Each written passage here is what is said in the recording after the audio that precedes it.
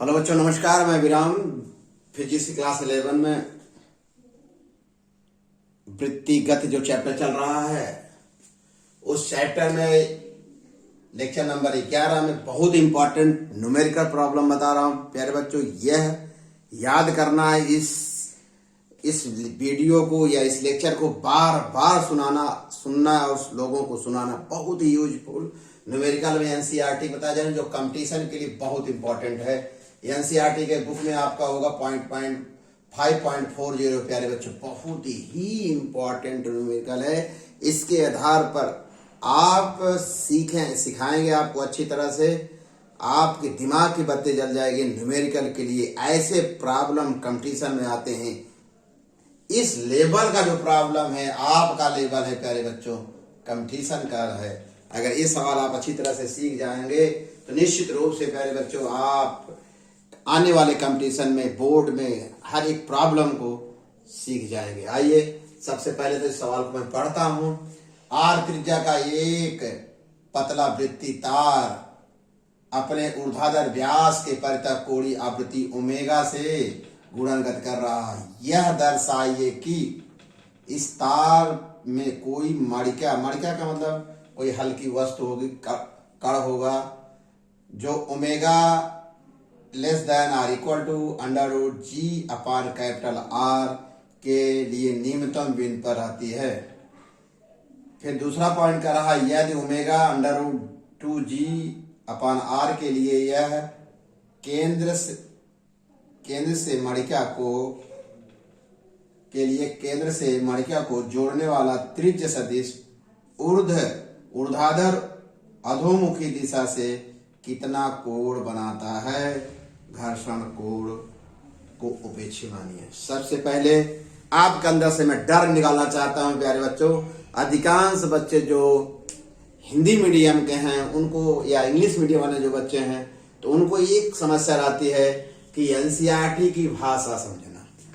आइए एनसीईआरटी की इसको अच्छी तरह सिखा देंगे, न्यूमेरिकल अपने आप कर लेंगे। क्योंकि बेटा इस तरह की कई प्रॉब्लम इसी पर आधारित है जो जेई मेंस के लिए है और नीट के लिए है। प्यारे बच्चों, जल्दी से इस सवाल को हम समझाते हैं। इस सवाल से ही कई सवाल के लिए आपके दरवाजे खुल जाएंगे प्यारे बच्चों। बहुत अच्छी तरह समझाते हैं आपको। पहले तो इसका मतलब बताते हैं। एक मान लीजिए आर त्रिज्या का कोई तार है, ऐसे उसकी कैपिटल आर उसकी त्रिज्या है। यह जो तार ऐसे है बेटा, ये दिखाई दे रहा है। इसके ऊर्ध्वाधर व्यास जैसे ऐसे है, तो अगर इसका ऊर्ध्वाधर व्यास ऐसे है तो इसको ऐसे घुमाया जा रहा है बेटा। ऐसे मत समझिएगा आप लोग। इस सवाल में यही सबसे बड़ी विषय, ऐसे इसी व्यास है, ऐसे घुमाया जा रहा है। और कोई हल्की वस्तु इसके पास ऐसे जब घूमेगी तो एक सर्किल, एक वृत्तीय पथ बनेंगे। देखो ध्यान से, जैसे इसको ऐसे घुमाएंगे, ये व्यास है, ऐसे घुमाएंगे। अब कोई कण होगा तो ऐसे घूमेगा ना, एक वृत्तीय पथ बनाएगा कि नहीं। इसी चीज को प्यारे बच्चों हम इस ब्लैक बोर्ड बनाए हैं।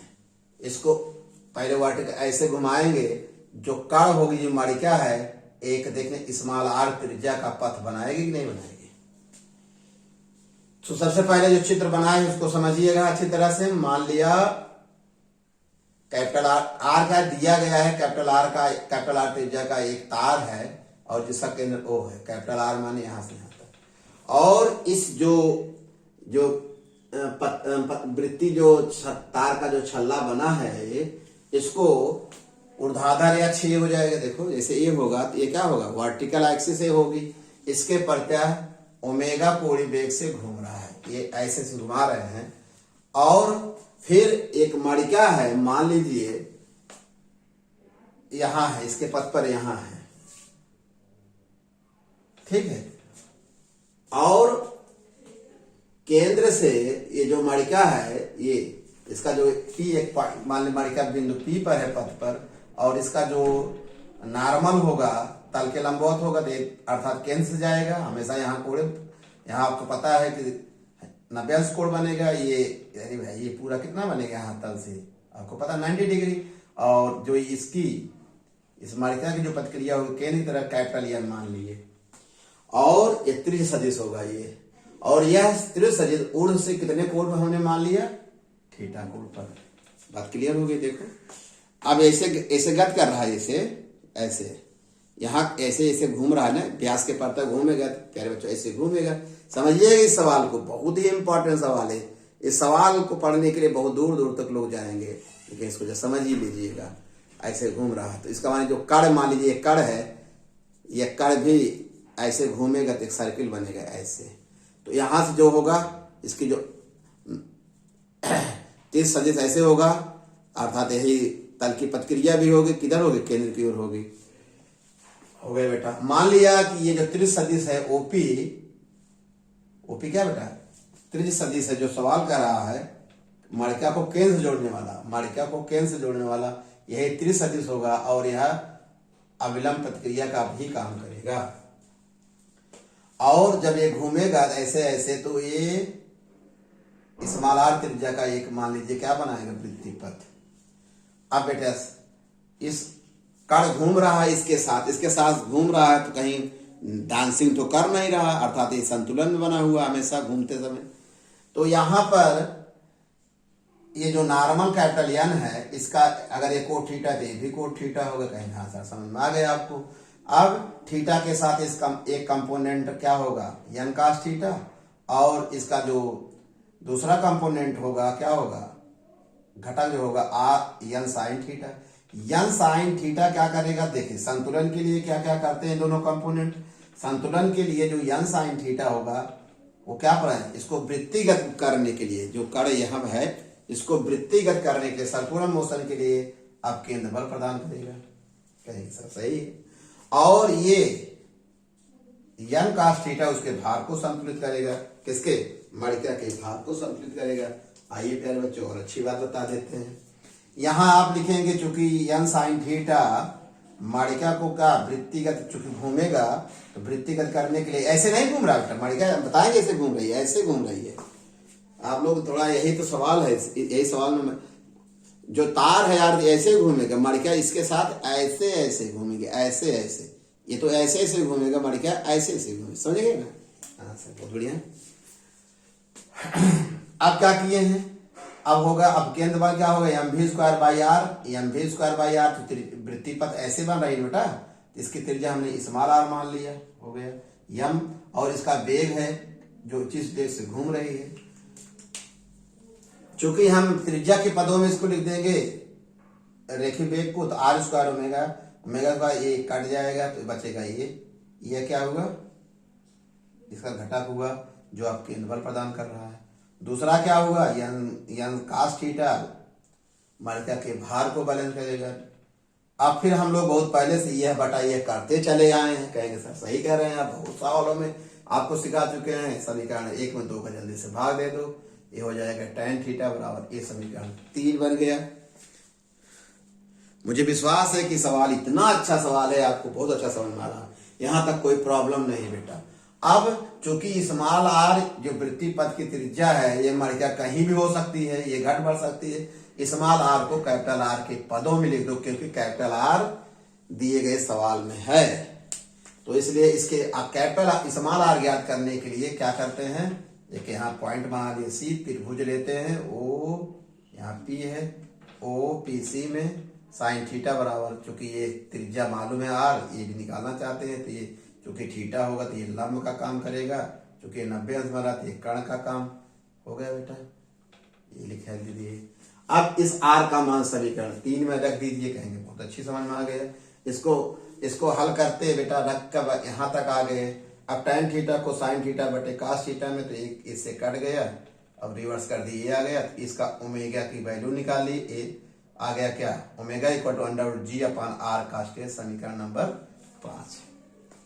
इतना अच्छा सवाल है क्योंकि रिंग ऊर्ध्वाधर व्यास के परता घूम रही, मालिका उसके चारों तरफ घूमेगी तो वृत्तिगत करे। कैसा सवाल है, बहुत अच्छा सवाल है प्यारे बच्चों।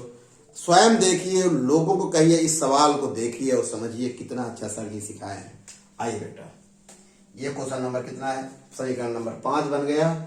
आइए आप जानते भी होंगे, निश्चित रूप जानते हैं, थीटा के एक निश्चित मान के लिए कास थीटा का जो मान होता या इक्वल टू या less than, cos theta value equal to या लेस देन 1 होती है, आपको पता है। लेकिन सवाल के अनुसार यदि ओमेगा लेस देन ए कब होगा, जब theta equal to cos theta के value cos theta equal to 1 होगा। जब कास थीटा इक्वल टू 1 होगा तो इसका मतलब थीटा इक्वल टू 0 होगी। थीटा इक्वल टू जो मानिका यहाँ है न्यूनतम बिंदु पर होगी। कहेंगे सर सही हो, इसलिए अतः या यदि omega less than R equal to under root G upon R, कहें कास थीटा की वैल्यू 1 आप रख दिए, तो मानिका न्यूनतम बिंदु पर रहेगी। यही हमारा सवाल था, यही हमारी प्रॉब्लम थी। प्यारे बच्चों, इस सवाल की सबसे बड़ी विशेषता थी, इस सवाल की सबसे बड़ी विशेषता यह थी, क्या थी कि आपका जो रिंग है ऐसे घूम रहा है, व्यास के परता घूम रहा है। अगर हम व्यास ऐसे घूम रहा है, व्यास के परता घूम रहा है, ऐसे जो रिंग बनाए हैं, लेकिन जो मड़का रखी है इसके चारों तरफ ऐसे ऐसे घूमेगी, वृत्तिगत करेगी। इस सवाल की सबसे बड़ी विशेषता थी। चूंकि एनसीईआरटी का सवाल है, बहुत अच्छा सवाल है। आइए बेटा और आगे बता देते, इसके आगे यहाँ तक हो गया। लेकिन कंडीशन कह रहा है यदि ओमेगा इक्वल टू इतना हो तो उर्ध से कितना कोण बनाएगा, तो हम क्या करेंगे, इस वैल्यू को चूंकि ओमेगा वैल्यू समीकरण नंबर 5 रख दीजिए, आप भी रख दिए होंगे, अच्छी बात है। दोनों तरफ स्क्वायरिंग कर दीजिए तो कहानी हट जाएगी। आप कहेंगे सर सही समझ में आ गया। इसको काट दीजिए तो कास थीटा बराबर 1 होगा, कास थीटा बराबर 1/2 होगा, तो अर्थात कास थीटा बराबर कास 60 की वैल्यू होती है, थीटा बराबर 60। अर्थात अगर ये कंडीशन जब फॉलो करेगी, ये ओमेगा ये रखोगे, तो ये जो मड़का है ऊर्ध्वमुखी से या अधोमुखी दिशा से कितना अंश कोण पर होगी, 60 अंश के कोण पर होगी। यही है ये सवाल एनसीईआरटी का है। प्यारे बच्चों, इसको लोगों तक आप प्रचार करिए और चैनल को सब्सक्राइब कर लीजिए। बहुत अच्छा सवाल। आप जो डिफरेंस बुक होगी आप देखेंगे, या जो आप कंपटीशन के लिए बुक रखे होंगे, इस पर आधारित 1-2 प्रॉब्लम जरूर मिलते हैं। ओके बेटा, धन्यवाद। जम के पढ़िए, नोट्स बना लीजिए, चैनल को सब्सक्राइब कर लीजिए।